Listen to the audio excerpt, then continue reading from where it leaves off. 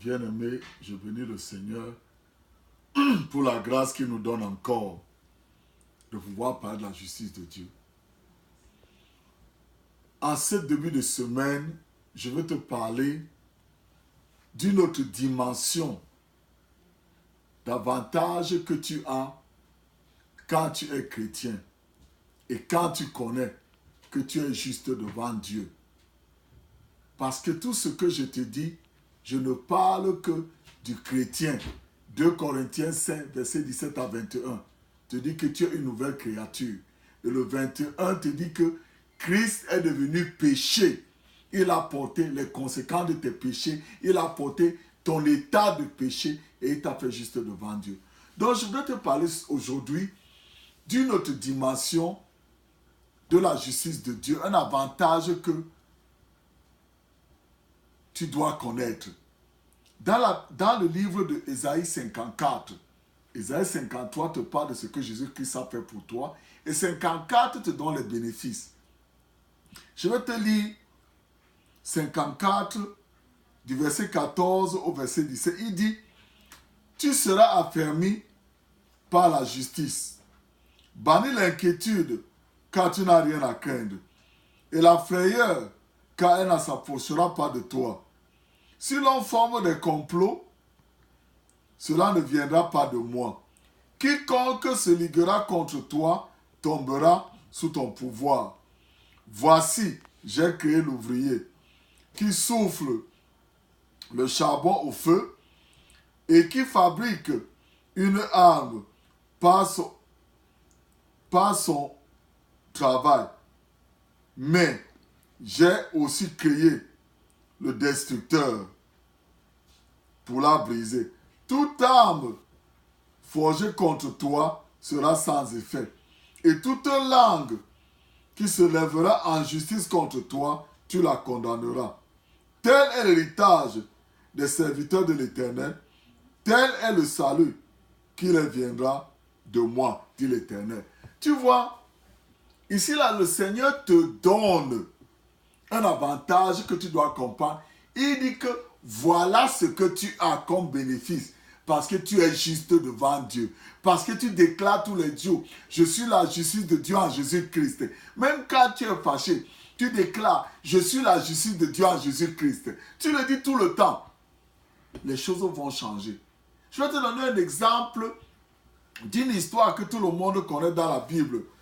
Dans le livre de 2 Samuel, chapitre 15, versets 30 et 31, c'est l'histoire de David qui était en train de fuir parce qu'il y avait la guerre dans sa maison. Son fils voulait le tuer pour prendre sa place. Et l'ami intime de David, qui s'appelle Ahitophel, a laissé David et est allé se joindre au fils de David. Et cet ami-là était tellement ami avec David que quand il disait quelque chose, c'était la vérité. Mais le voici maintenant. Il va s'allier à l'enfant qui est en train de poursuivre son père pour le tuer. Et si tu connais l'explication du nom de Ahitophel, Ahitophel dit, l'explication du nom Ahitophel dit, les bêtises de mon frère. Mon frère est fou. Voilà l'explication du nom de Ahitophel. Et ils ont fait une réunion. Ils connaissaient là où David était caché. Mais quand on a dit à David que David, comme tu vois là, ton ami Ahitophel s'est lié à ton fils pour te détruire, pour faire des plans, pour leur dire des secrets contre toi. David ne s'est pas dérangé. Au verset 30 et 31, il dit que Dieu tourne tout ce que Ahitophel dit, renverse ça, que ça devienne zéro. Si tu lis toute l'histoire, tu vas voir que Ahitophel, il a parlé. Il a même dit la vérité dans la réunion pour dire là où David était caché. Mais comme David avait déjà prié, on n'a pas cru Ahitophel. On n'a même pas cru ce qu'il a dit. Et il s'est fâché d'aller se pendre.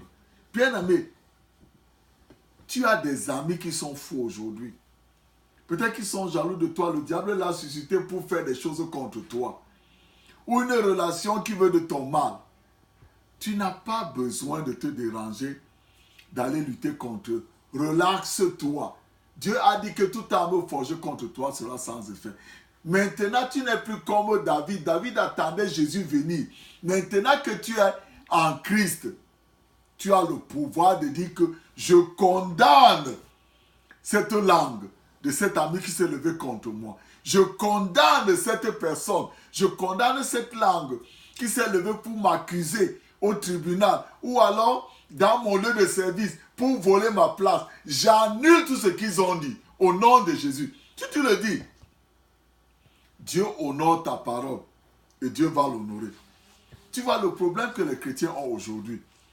Dieu a parlé dans Genèse 1 14 fois. À la 12e fois, c'est là où il a dit que créons l'homme à mon image, à notre image. Tu as l'image de Dieu, frère.